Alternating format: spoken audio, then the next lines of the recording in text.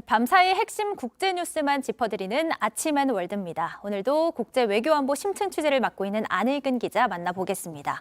안 기자, 미국과 유럽 등지에서는 조금씩 방역 조치를 풀고 있는 분위기인데요. 영국에서는 확진자 자가격리까지 없앴다고요? 네, 영국의 코로나 위드 정책이 한 발 더 나아갔습니다. 영국은 코로나 검사로 양성을 받으면 자가격리를 해야 하는 법적 방역 규정을 오는 24일부터 폐지하기로 했습니다. 또 저소득층에 지급하는 자가격리 지원금 500파운드, 우리 돈으로 약 81만 원도 없앱니다. 다만 확진자의 경우 다음 달까지는 집에 있으라고 권고했지만 그 이후에는 증상이 있는 감염자라고 하더라도 알아서 각자 책임을 지면 된다고 했습니다. 코로나19 무료 신속검사도 4월부터는 중단합니다.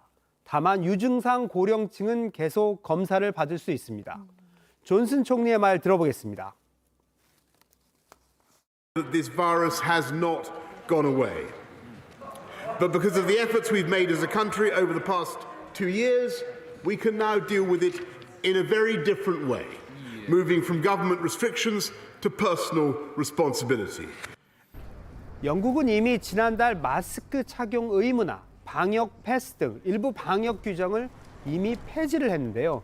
이제 자가격리 규정마저 없애면서 사실상 2년 만에 보다 완벽한 위드 코로나 시대에 진입하는 겁니다. 영국은 대신 백신 접종을 강화하기로 했는데요. 75세 이상 고령층은 올 봄에 4차 접종을 마치기로 했고요. 올 가을에는 더 폭넓은 집단을 대상으로 부스터샷 접종을 하기로 했습니다. 그 증상이 있는 감염자라도 이제 알아서 책임을 진다. 이런 부분이 좀 걱정이 되기도 하면서도 또 한편으로는 부럽기도 하고 그렇습니다.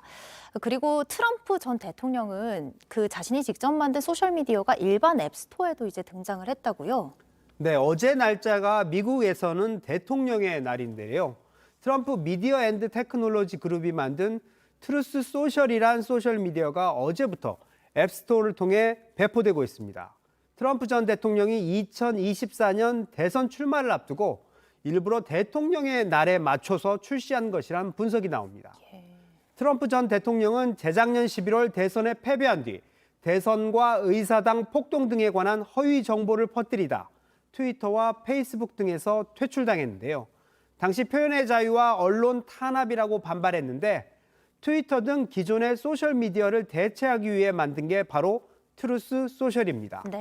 트럼프 전 대통령은 재임 중 트위터로 해고를 발표하고 김정은 위원장과의 정상회담 계획도 발표하는 등 트위터 정치를 한다는 말까지 들었는데 이 트루스 소셜의 운명도 일단은 트럼프 전 대통령의 정치적 재기와 맞물려 있는 걸로 보입니다.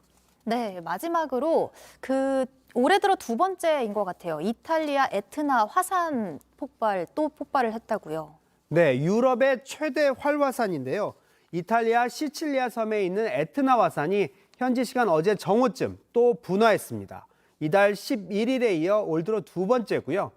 1998년 이후에만 200차례 이상 분화했습니다.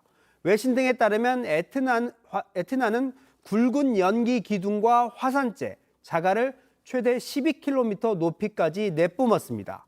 남쪽 경사면 마을의 도로와 가옥이 화산재와 자갈로 뒤덮였고 인근 카타니아 국제공항도 한동안 폐쇄됐습니다.